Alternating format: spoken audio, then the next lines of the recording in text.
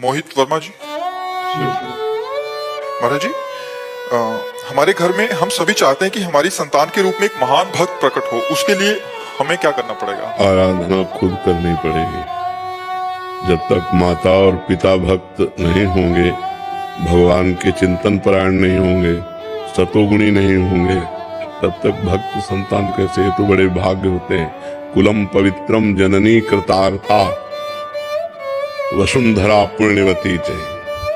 वो भूमि पावन हो जाती है, वो कुल पावन हो जाता है, वो माँ जय जयकार करने योग्य हो जाती है जिसके पुत्र भगवान का भक्त पैदा हो। नाम प्रसंग कहत उपदेश, जहाँ या धर्म धन्य सो देश, धन्य सो कुल जो जन्म भयो, धन्य सो तात धन्य सो माय, संतत सकल सुनो चितलाय।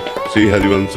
जो भगवान का नाम जप करने वाला भक्त जिस कुल में पैदा हुआ, वो देश धन्य, वो गांव धन्य, वो कुल धन्य, वो माता पिता धन्य जिसमें भगवान का अनुरागी भक्त। तो इसलिए कुछ नियमों का पालन अगर करे और भगवान का भजन करे तो भक्त संतान होने की संभावना है, वो भी भगवान की कृपा से।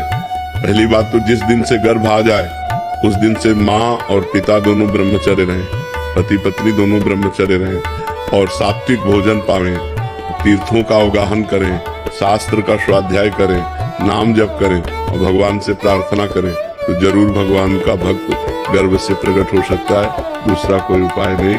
संसार का त्याग करके रात दिन भगवान में चित्त जोड़ना है बहुत बड़ी बात है, ये बहुत बड़ी बात है। वैसा करे, भगवान से प्रार्थना करे, संयम से चले, नाम जप करे तो वही संस्कार गर्भस्थ शिशु में पड़ेंगे तो जरूर न जरूर भगवान का भक्त या देश भक्त पैदा हो जाए तो जीवन कृतार्थ हो जाए। महाराज जी, आपके श्रोता हैं जो सत्संग सुनते हैं, परसों आए थे महाराज जी, उन्होंने आपका बहुत देर पहले सत्संग सुना था कि जब बच्चा गर्भ में आ जाए तो ब्रह्मचर्य से रहें और बहुत कह रहे कि हमने नाम जप भी किया और हमें अभी 1 साल का हो गया बच्चा, परसों आए थे तो कह रहे थे कि हमें इसमें दिव्यता नजर आ रही है।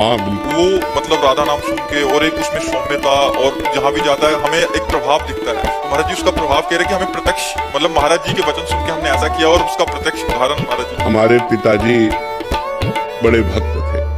इस शरीर के जो पिता कभी जूता पहन के हल नहीं जोता, नंगे पैर हल जोता। और संतों की सेवा तो हम लोग जब छोटे छोटे थे 4-4 संत आ जाते, सबके चरण दबाओ, चरण धो, चरणामृत पियो, उनके पास बैठना, वो श्री राम जय जय राम कीर्तन कराते, कीर्तन करते, भागवत हो रही वही बैठ के सुनते। बचपन से भागवतिक सब परमाणु मिले। माता जी को तो क्या कहना, साक्षात देवी। बस वो ऊपर एकांत दुखंडा मकान था तो ऊपर एकांत में बैठे राधा कृष्ण की छवि रखे, वो तो बस जप में ही अधिक लगी रहती थी। तो उसका प्रभाव देखो कि हमारे पिताजी भक्त, माताजी भक्त, तो हम भक्त, हमारा परिवार का सब पूरा सदस्य भक्त, बहने भाई सब भक्त हैं। तो जैसे हम परमाणु अपने परिवार को देते हैं वैसा ही हमारा परिवार होता है। तो हम माता पिता का विशेष योगदान होता है। पुत्र की उद्दंडता या सौम्यता ये माता पिता से। अब आप गंदे आचरण कर रहे हो, गर्भस्थ शिशु है, उल्टा सीधा खा रहे हो, उल्टी सीधी बातें कर रहे हो, वही संस्कार पड़ रहे हैं। आप जब बच्चे थोड़ा सयाने हुए, आप बीड़ी मंगा रहे हो, आप शराब पी रहे हो उनके सामने, वही संस्कार पड़ रहे हैं उनके, वही संस्कार बनते हैं। जब संस्कार दिए जाते हैं तो देखो सब। हमें लगता है कि अगर हम पुत्र को उन्नतशील बनाना चाहें तो गर्भ से हमें सावधानी रखनी पड़ेगी। गर्भ से ब्रह्मचर्य, जहां संतान आ गई फिर ब्रह्मचर्य का माता पिता कौन पालन करता है? कोई बिरला संयमी ऐसा हो सकता है कि 1.5 साल हमको ब्रह्मचर्य से रहना, बहुत कठिन बातें हैं ये।